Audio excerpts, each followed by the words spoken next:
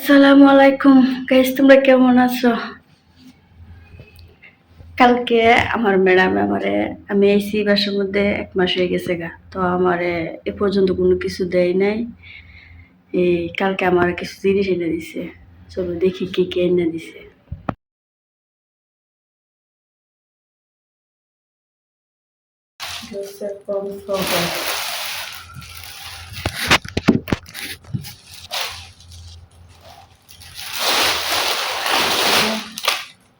দুইটা রসুন,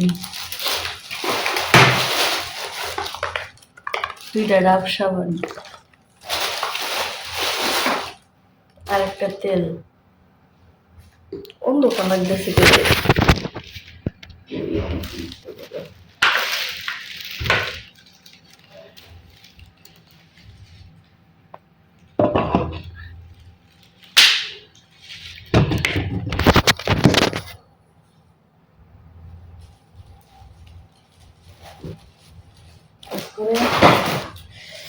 ও দুইটা গিঞ্জি, রাত্রে আমি একটা গিঞ্জি পরছি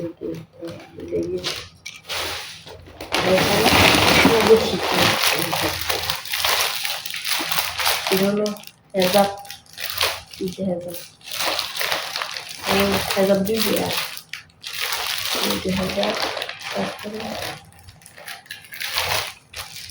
ও মাই গড, ছোট ছোট হেজাব আনছে, দিছে সুপ টপ হেজাব। ওয়াও, এটি কি? ওয়াও, হেজাব সুন্দর। ও এটা সেট আর কি, আমি তো সব করি না। তারপর ও দুই সেট এনে দিছি, দুই সেট।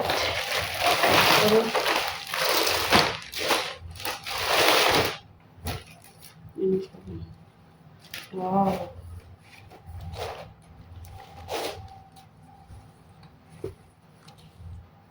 গাইস এটা আমার কাছে অনেক সুন্দর লাগছে। ওয়াও, পছন্দ আছে বেশি। কতদিন যে আমি আগে যে বাসা ছিলাম ওই বাসার মধ্যে আমার যা কিনতাম আমার নিজের টাকা দিয়ে কিনতাম, যদি একটা ব্রাশও কিনতাম আমার নিজের টাকা দিয়ে। তো এখানে আমি যেদিন এই বাসায় আইসি এই দিন আমার পরের দিন 6টা সাবান একটা শ্যাম্পু বোতল দিছি, আর আজকে কালকে এনে দিছি ভালো।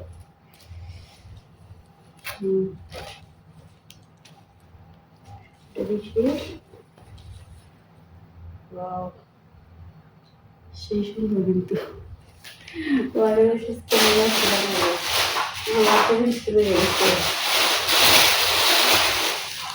এই দেখো কাঁকড়া বানানো দিছে, 4টা 8টা আমি মাথায় দিছি।